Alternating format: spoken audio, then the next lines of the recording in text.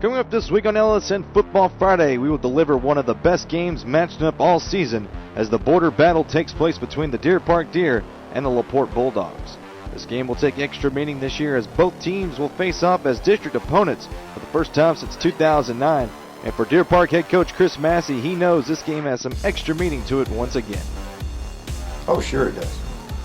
You know, when it's a district game, it means a lot more. When it's a non-district game, it still means a lot, but you know, bragging rights and all. But a district win over LaPorte is a big win. Last year, LaPorte got the win at Bulldog Stadium in overtime as it sparked the Bulldogs to a District 21 5A championship and a berth in the regional final. And Jeff LaRoe knows what kind of implications this game may have on one of these two teams for the rest of their season.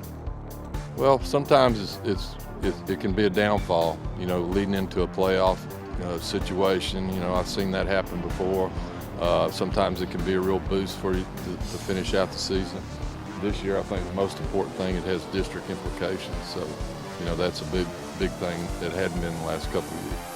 A rivalry is defined as a competition for the same object or superiority on the same playing field. And for Deer Park and LaPorte, this rivalry burns deep through both of these communities. Well, they've been playing each other for a long time, for one. And you got two communities that are really very similar, close proximity. A lot of the parents from these two communities know each other, work with each other. Kids from Deer Park and LaPorte have been playing each other in Little League sports, you know, youth league, junior high, so they know each other. It's just one of those great battles between two small communities that gets a lot of attention every year. When asked if this is one of the biggest rivals in the state of Texas, Coach LaRoe agrees it's just as big as any.